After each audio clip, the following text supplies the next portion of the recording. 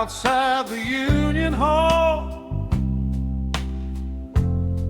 there was an ashtray by the exit.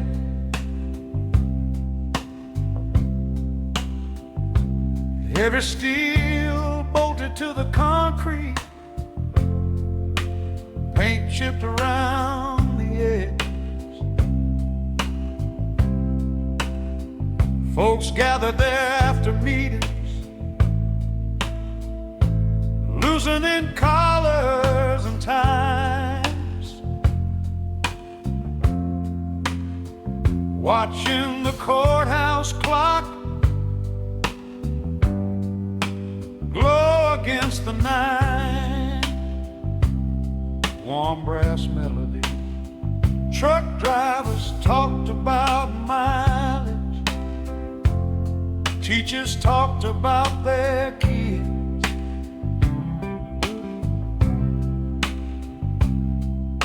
A welder missed his brother, but never came right out and said it. Someone always had a joke. Someone always had a lie. And somehow the hardest days sounded smaller in that circle. Ashtray by the exit, under the parking lot glow, holding little conversations before everybody drove. Ashtray by the exit, no speeches to recall, just ordinary people helping each other carry it all. Gentle melodic phrases, soft coming underneath.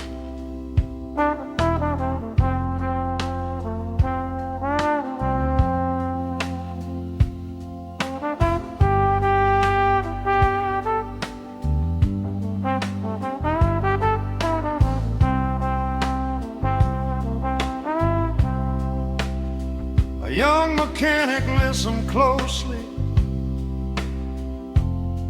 more than he ever spoke. Running that growing older didn't mean having all the answers, only knowing when to laugh, when to listen, and when to stand beside somebody until the silence passed. Ashtray by the exit, under the parking lot glow, holding little conversations before everybody drove. Ashtray by the exit, no speeches to recall, just ordinary people helping each other carry it all. One by one, the headlights disappeared, but nobody ever left without saying, take care now. Sure. smoky. Companion.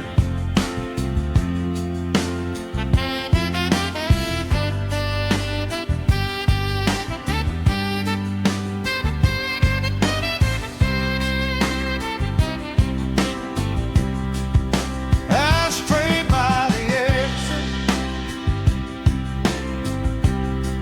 still there in my mind. A place where worry softened by closing time. Ashtray by the exit, nothing grand to praise, just proof that fellowship can look like the end of an ordinary day. The parking lot grows empty, the courthouse clock keeps ticking, and somewhere in the darkness, someone says goodnight.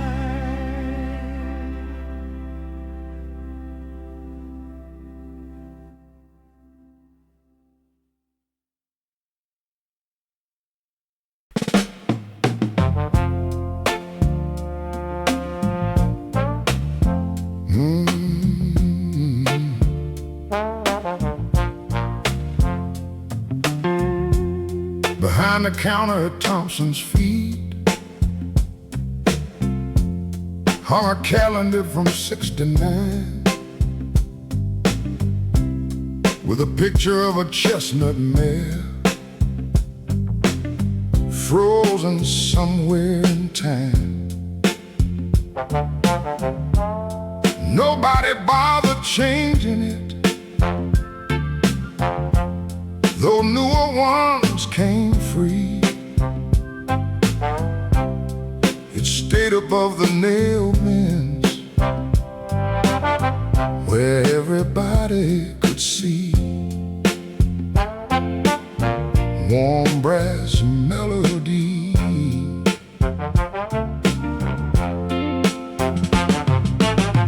farmers leaned against the counter, talking weather, seed, and rain. One said his boy got married, another swore the creek had changed. Mr. Thompson penciled orders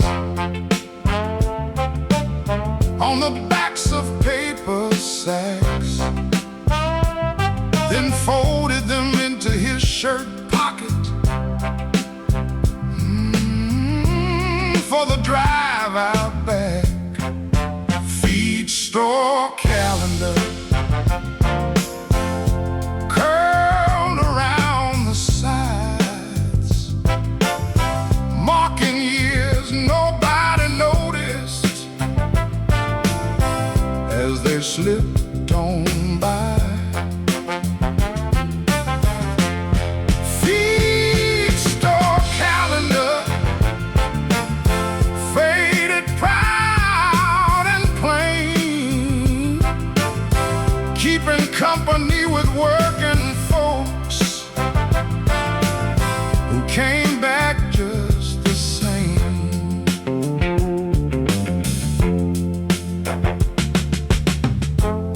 A little girl bought chick starter, holding tightly to $2. Asked if the horse upon the calendar still lives somewhere nearby. Mr. Thompson smiled and answered, maybe in somebody's memory, then handed her a peppermint for the ride back home. Feed store calendar curled around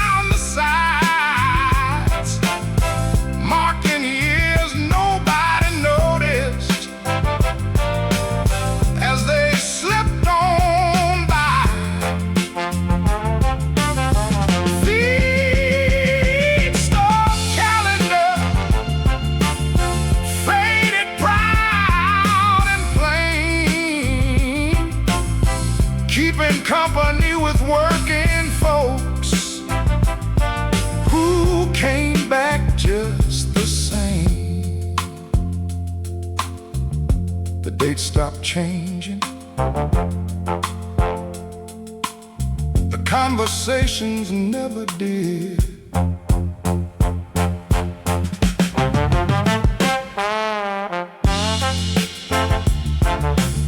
Short, dusty,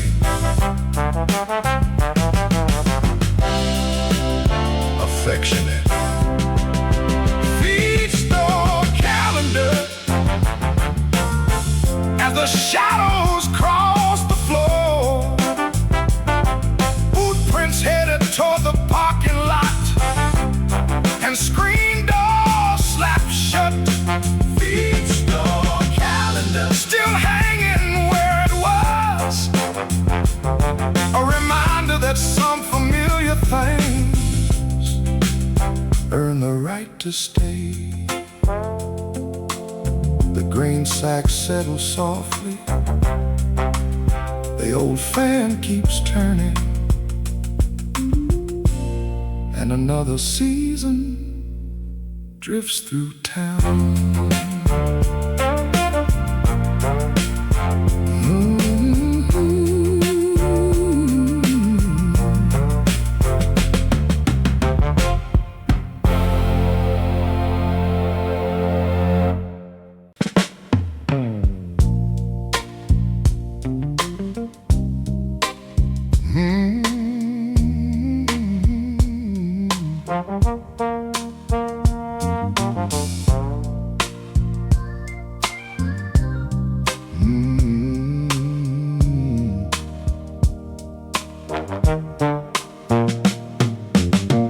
Earl kept a jackknife comb in the pocket of his Sunday coat. Silver hinges worn smooth from years of folding open. He'd straighten up his stubborn hair in storefront windows downtown, before church or union meetings, without making much of it. Warm brass melody. He worked the paper mill for decades, punching in before the dawn. But every Friday after payday, he'd stop by Louis' barbershop. Louis said, "You're losing some up top." Earl answered with a grin, "That's all right, I've had my share." And the whole room laughed. Jackknife comb folded in his hand, a little bit of pride, a working man's tradition. Jackknife comb, simple as could be, proof you still take care of yourself, no matter what life brings. Gentleman underneath.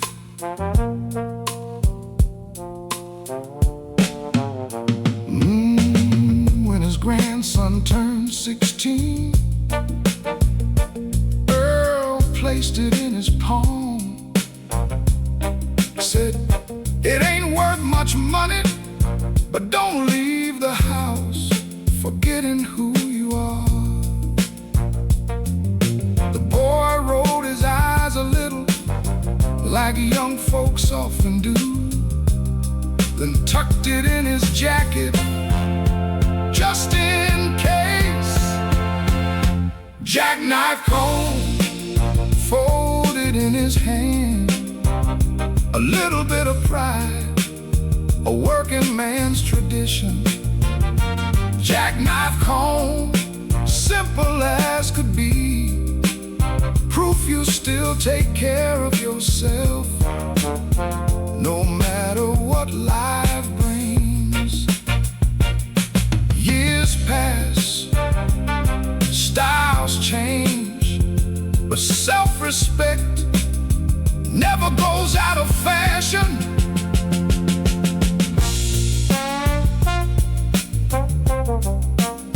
Short, warm, playfully wise. Jackknife comb resting in a drawer beside old photographs and ticket stubs. Jackknife comb still carrying the lesson that dignity isn't expensive. It's practiced every day.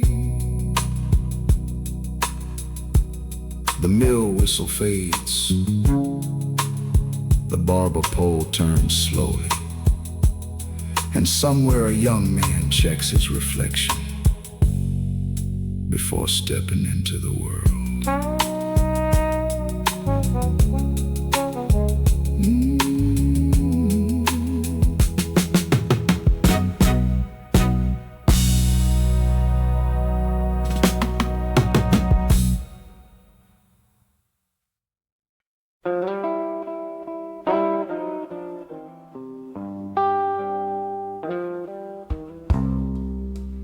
At the back booth of Louise's kitchen, two men sat after closing time. One stirred sugar into cold coffee, the other traced circles on the formica. The other just turned 68, the other looked a little older. Neither one came for the food, they came because the lights were on. One brass melody, the first said, I thought I'd be farther along. The second laughed and shook his head, farther where?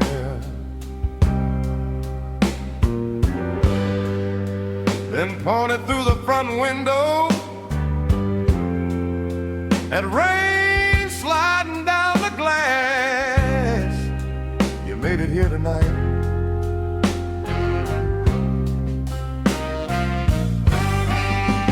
Kitchen booth confession passed between two cups. No preacher, no sermon, just the truth showing up. Kitchen booth confession, soft enough to miss. Sometimes healing sounds like ordinary conversation.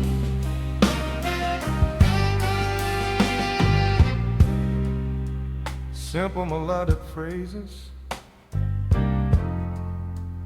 soft and underneath. They talked about grown children, jobs that came and went,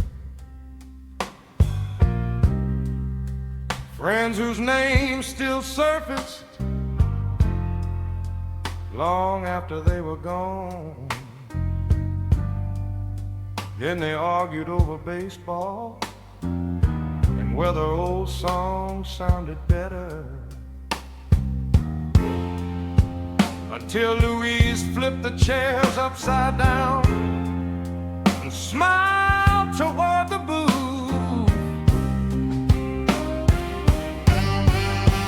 Kitchen booth confession passed between two cups. No preacher, no sermon, just the truth showing up. Kitchen booth confession, soft enough to miss. Sometimes healing sounds like ordinary conversation.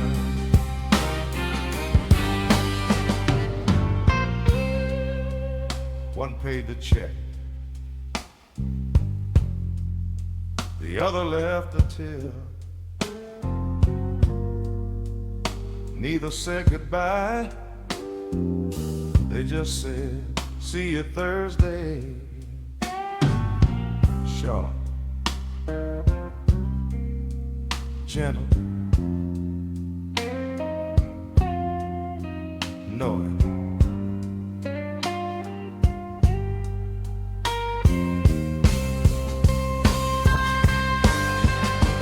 Kitchen booth confession as the neon lost its glow. Two tired men stepped out into the cooling night. Kitchen booth confession, nothing grand to prove, just a little borrowed wisdom shared between old friends.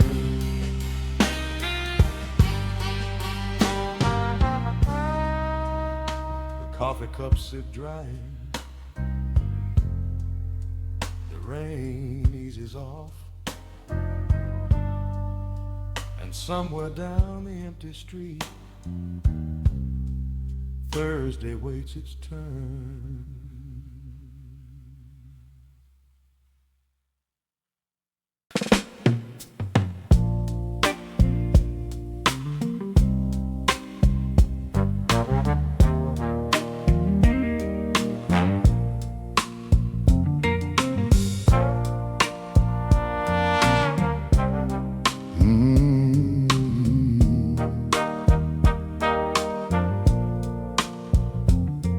On the windowsill at Murphy's washing fold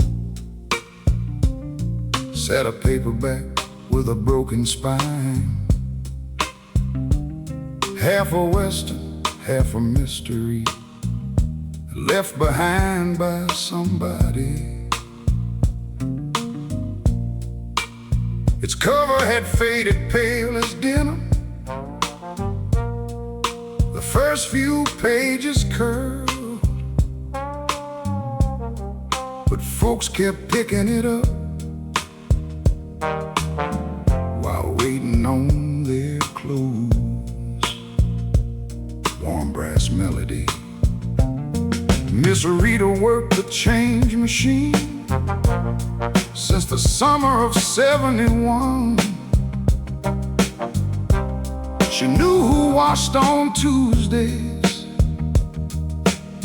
and who came after midnight. A single father folded tiny t-shirts while his daughter counted socks. An old mechanic read 3 chapters before the rinse cycle stopped. Laundromat paperback passed from hand to hand, helping strangers share a story without a single plan. Laundromat paperback, dog-eared at the seams, making waiting feel a little less like waiting used to be.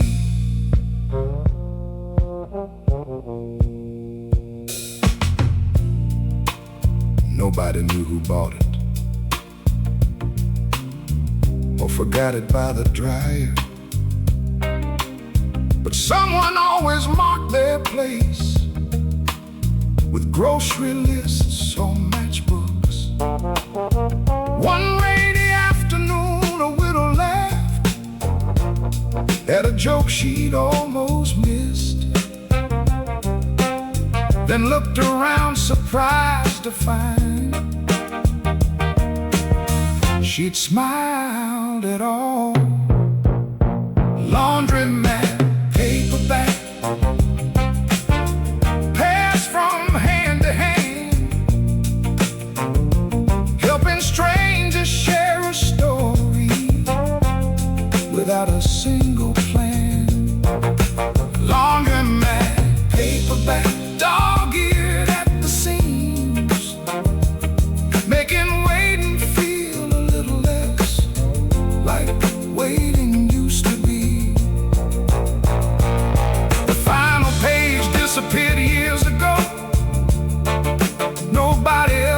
replaced it. Still, people kept reading. Short, curious, comforting. Laundromat paperback as the dryers hummed their tune. The basket stacks grew smaller and another evening passed. Laundromat paperback never made the news. Just another quiet companion for ordinary afternoons. The quarters keep clinking, the dryers keep turning, and somewhere by the window the paperback waits its turn.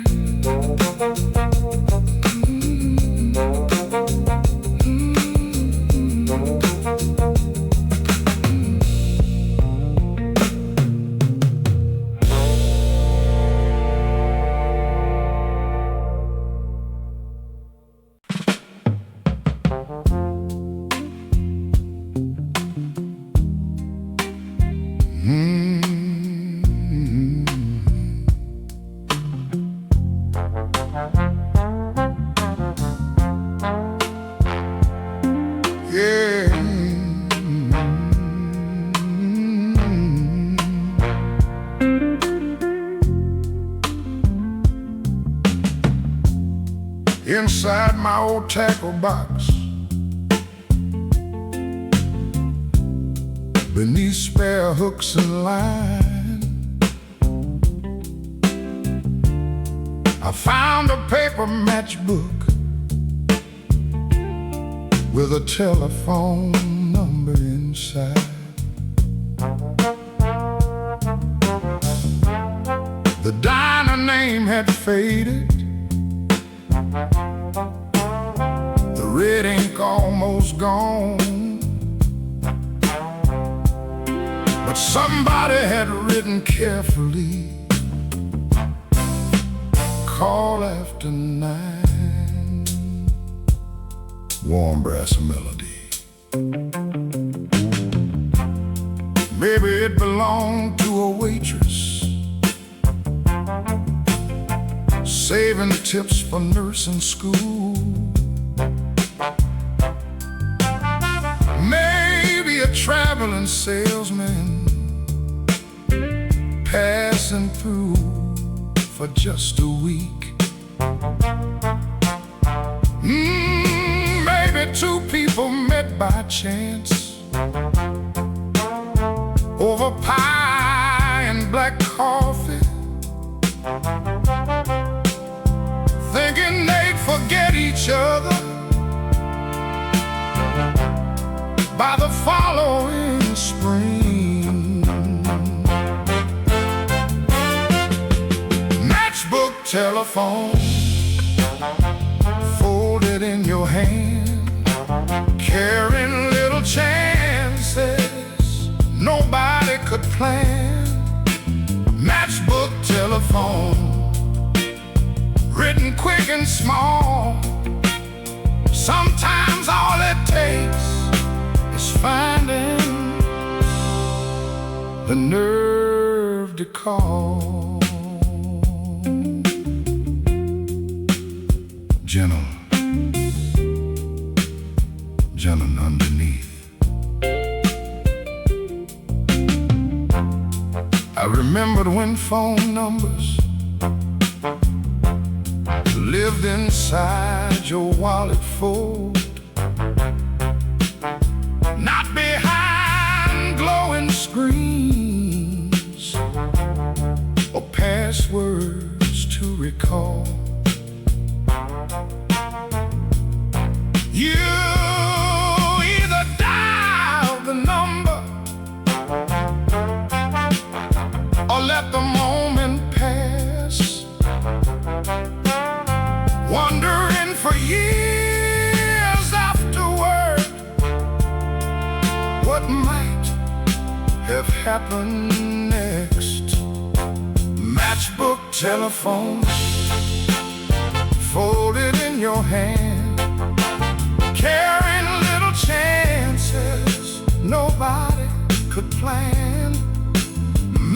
Matchbook telephone, written quick and small.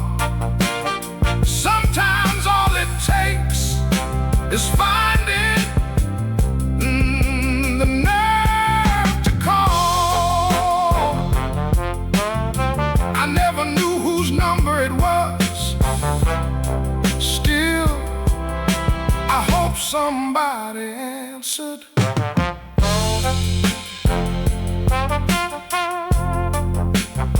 Short,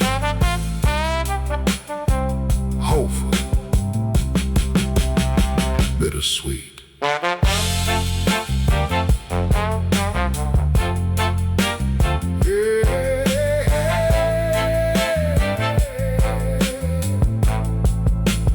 Matchbook telephone, tucked among the years, a reminder that connection often starts this way. Matchbook telephone, simple as can be, a few handwritten digits changing everything. The tackle box closes, the evening settles in, and somewhere through the static, a phone begins to ring.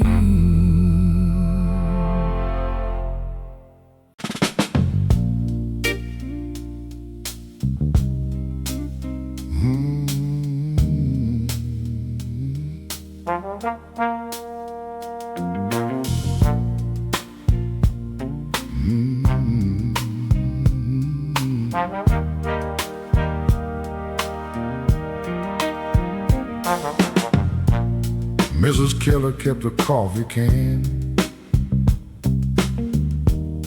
full of newspaper rubber bands. In the cabinet by the sink, beside coupons and spare change. She never threw them out, said, "You never know."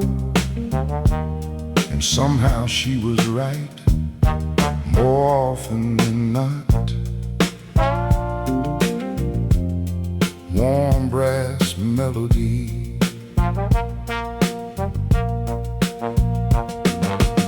they bundled up asparagus, held birthday cards in place, closed half-open bread bags, and fixed what tape couldn't save.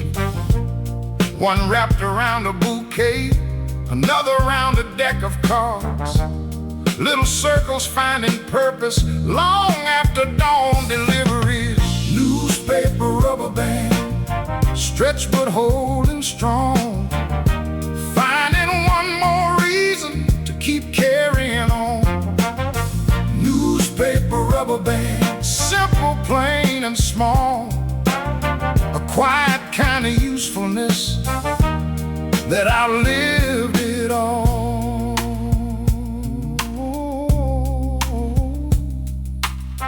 Gentle underneath, when her grandson cleaned the kitchen, he laughed at that old can, asked,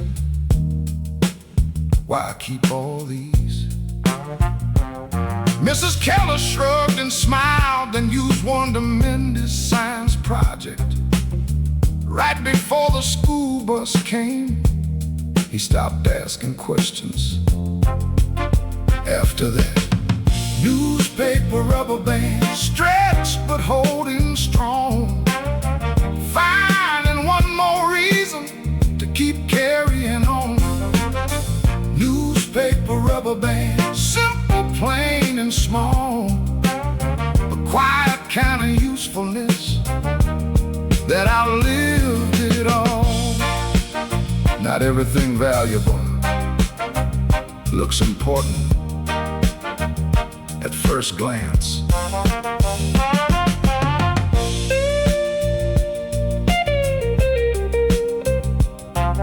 Short, playful, wise.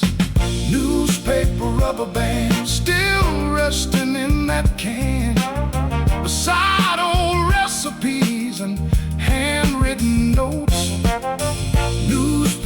rubber band, teaching without a sound, that making do with what you got is its own kind of grace.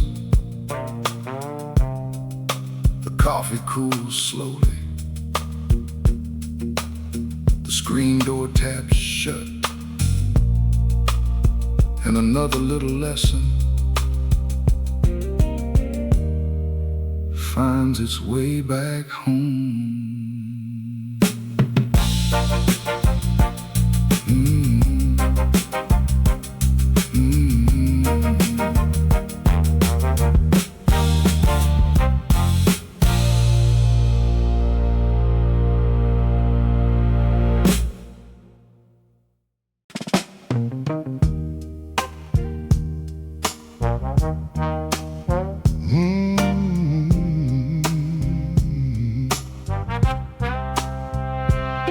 Yeah.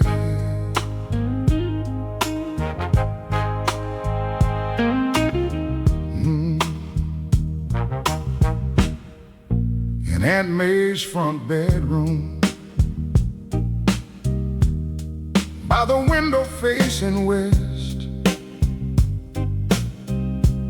stood an old oak quilt rack, holding colors from the past, pieces cut from work shirts, Sunday dresses worn thin, and a faded patch of denim nobody could throw away. Warm brass melody, she'd point to different squares and say, your granddad wore this one,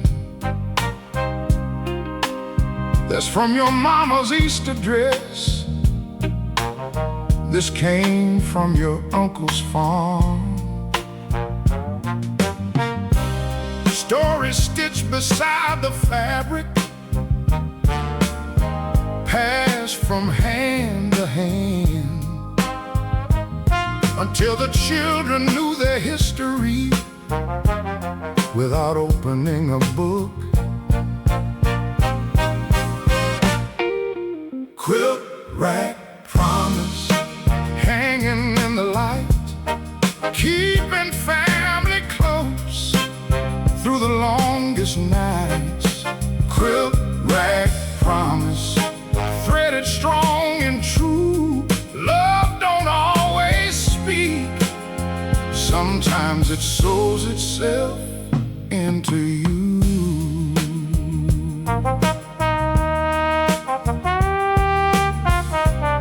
Gentleman underneath, when Aunt May grew older and the stairs became too steep, she called the grandkids over one Sunday after lunch, said, take these quilts and use them, don't save them for display. Things made with love work better when they still get used. Quilt rack promise, hanging in the light, keeping family close through the longest nights.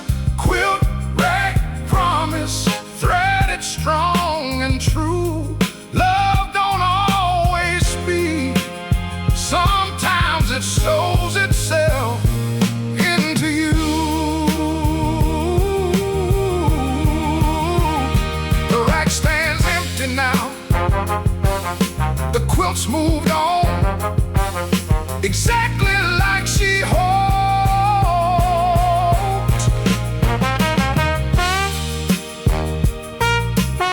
Short, warm, homebound.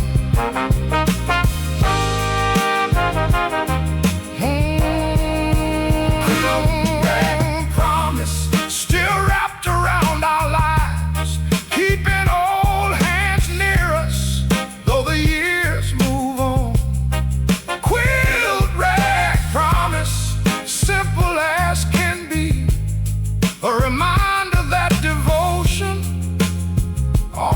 looks like making something last.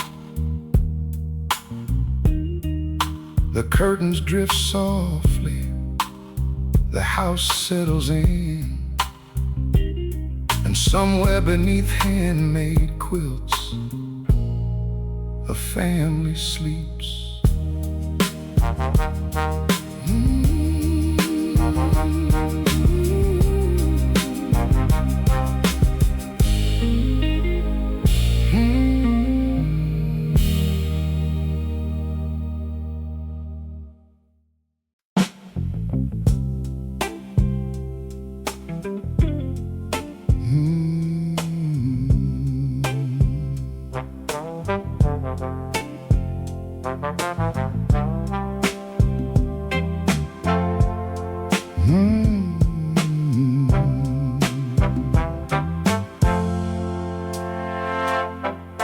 Rain tapped on the kitchen window. The afternoon moved slow. Mama pulled the recipe box down from the shelf beside the stove. Index cards with curling corners, stained with flour and grease. Her handwriting leaned a little left, like it was in a hurry. Warm brass melody. There was peach cobbler from Aunt Louise, chicken stew from 58, biscuits measured by instinct, and pound cake for birthdays. Some cards held tiny notes. Add more pepper for your daddy. Double this at Christmas time. Little conversations in blue ink. Recipe box of rain, falling soft and low, seasoning old memories with the things we used to know. Recipe box of rain, drifting through the years. Love don't always leave letters, sometimes it leaves instructions.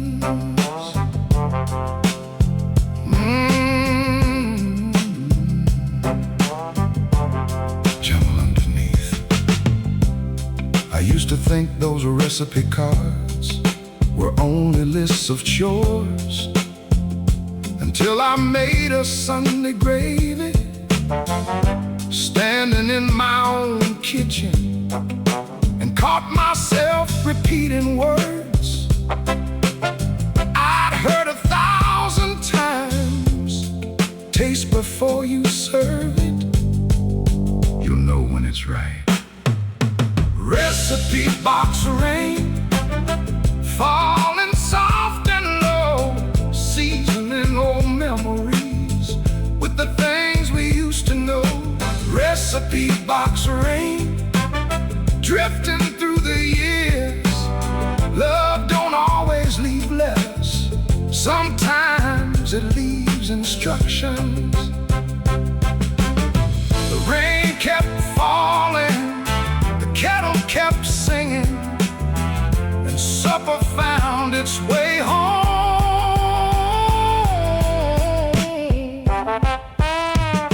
Short,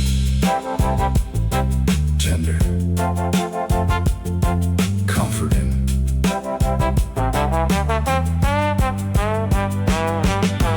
Recipe box of rain, as the daylight slipped away, the cards went back inside the box until another Sunday came. Recipe box of rain, simple as can be, a reminder that devotion can taste like something homemade. The dishes dry slowly. The storm rose east. somewhere in a quiet kitchen, a recipe waits to be remembered.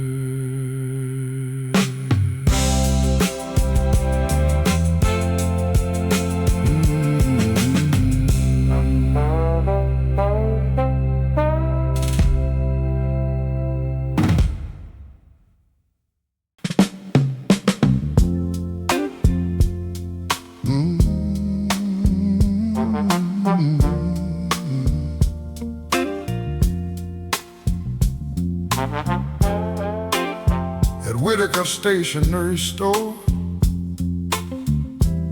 a little brass bell hung high. Every time the front door opened, it announced another life. Teachers buying notebook paper, lawyers picking fountain pens, a boy with comic book allowance, counting pennies in his hand. Warm brass melody,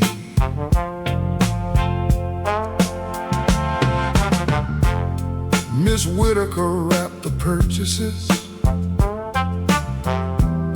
in brown paper and string, writing the names in careful cursive on special order things. Graduation cards in May, Christmas ribbons every year,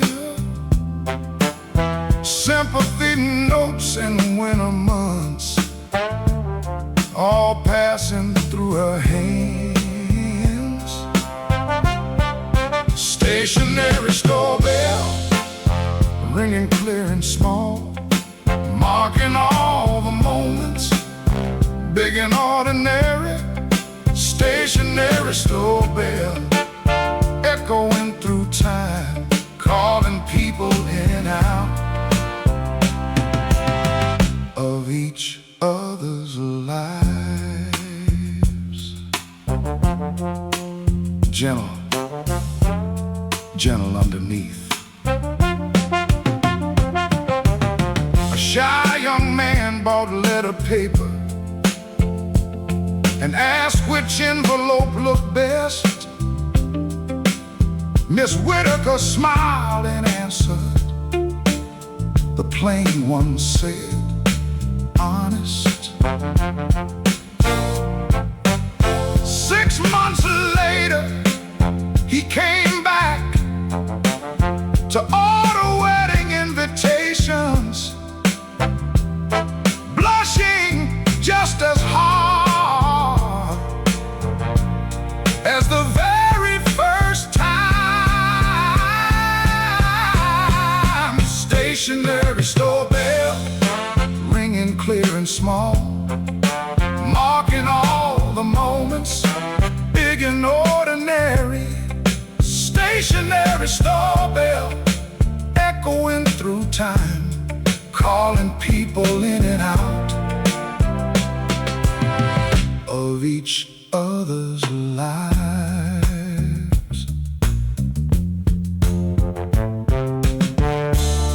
The bell never chose who walked beneath it. Still, it greeted everyone the same.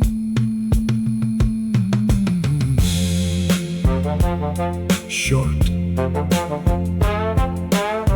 graceful, familiar. Stationery store bell. As the evening shadows grew, Miss Whitaker turned the sign to close and straightened up the shelves. Stationery store bell still ringing in my mind, a reminder that connection often starts with simple words. The paper settles softly, the ink dries on the counter, and somewhere down Main Street, another letter finds its way.